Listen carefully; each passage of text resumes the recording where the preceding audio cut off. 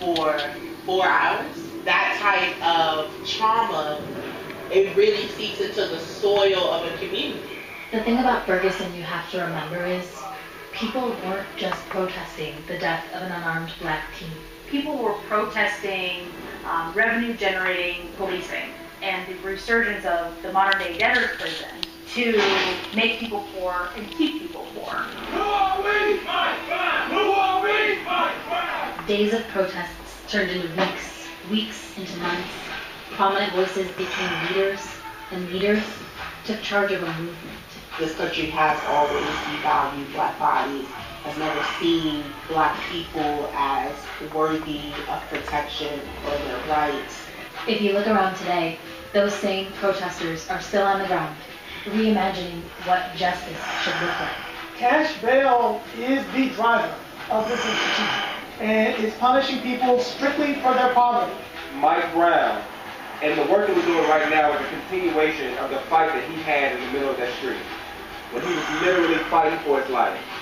In this new vision of St. Louis, Missouri, elected officials answer to them. We're not going to stop. Every single tool that has literally oppressed communities just like this, we on attack.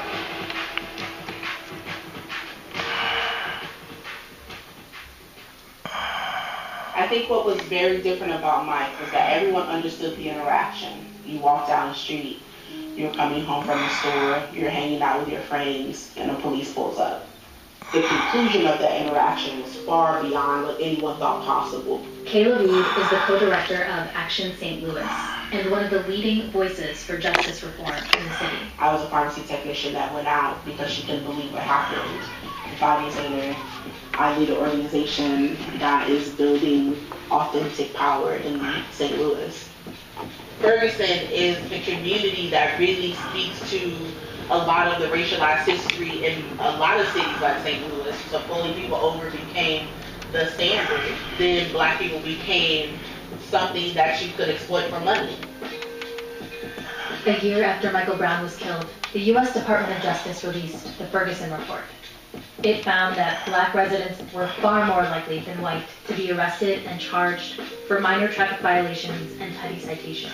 These are things like speeding, running a traffic stop, broken tail lights, expired registration, suspicion. If you have to choose between paying your rent or paying fines on a ticket, you're going to pay your rent. People were getting 6 and 7 tickets per stop, and then if they weren't able to go to court and pay those fines would turn into warrants, and then when they were being pulled over, they were not only being issued tickets, they were being arrested for previous tickets, and then being jailed, and families having to pay to bail their loved ones out of jail for municipal tickets. Ferguson, in these direct and systemic abusive practices, was making millions of dollars off the backs of poor people and people of color. Those who are most victimized by the current systems have known for a very long time the truth of how these things operate. Z. Gorley and Blake Strode are part of Arch City Defenders, a civil rights law firm that's suing St. Louis over its unfair bail practices. This was never about public safety. It's about making people poor and keeping people poor. A quick refresher. In episode 1 of this series, we explained how the bail system works. You pay money to the court to get out of jail while you wait for your trial. But if you can't afford it, you stay in jail, even if you're innocent. We are more likely to be pulled over, we are more likely to be ticketed, we are more likely to be arrested, we are more likely to be convicted, we are more likely to be sentenced to death. That's across, space and place. In St. Louis, black residents are twice as likely to be arrested as white residents. And what's more, the amounts they have to pay in bail are completely unaffordable for the average resident. $500, $1,000, $5,000 in communities where families are one check away from devastation, and we know that to be the case for most Americans. Bail is devastation. People are sitting in jail for days and weeks for $150 or $300, and then you lose your job. And you lose your job, you can't pay your rent. You can't pay your rent, you get evicted. You get evicted, you're forced into subpar living conditions. Your children are having to bounce from school district to school district, and it creates devastating impacts on black people in this region. What we wanted to do was say that this is your table, your community, you have agency, you have joy, Mike Milton runs the St. Louis chapter of the Bail Project. It's part of a nationwide effort to bail people out of jail who can't afford it. Cash bail is absolutely unnecessary. And the Bail Project in St. Louis has proven it. 90% of the time, people who they've bailed out return to court. So we're headed to the bank now to get cashier's checks for the clients we're posting for today. What we're able to do is provide some of that aid so that people can actually fight their case from the best position possible. I got locked up for not having money to pay for these fines and fees. Me and my mom were driving to work and we got pulled over and both of us had warrants. Both of us got locked up. Both of us was in a cell next to each other. And we both lost our jobs at that time. And it's about literal generation of poverty being attacked because people cannot afford their freedom. That's why in St. Louis, they're not just trying to end cash bail. We want to close this facility. This is Montega Simmons. He's a social justice advocate who's been fighting for decades to shut down the St. Louis medium security institution. Better known as the workhouse. It was first established as a literal workhouse.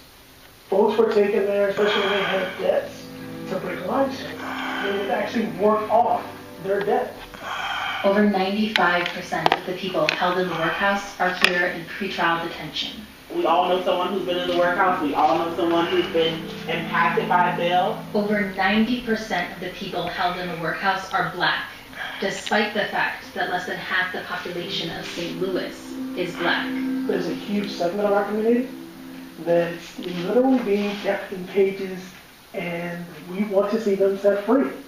Bail is a perfect example of the kind of everyday injustice, everyday oppression that folks took to the streets in Ferguson to protest, to say this isn't just some accidental tragedy that's happened. There's actually a scheme afoot to privilege some and disadvantage others. And the courts are starting to agree. In June 2019, a federal judge ordered the city of St. Louis to stop detaining people just because they couldn't pay. The thing is, bail reform is a policy effort, but it's also a political moment. Stunning political upset still making national headlines this afternoon.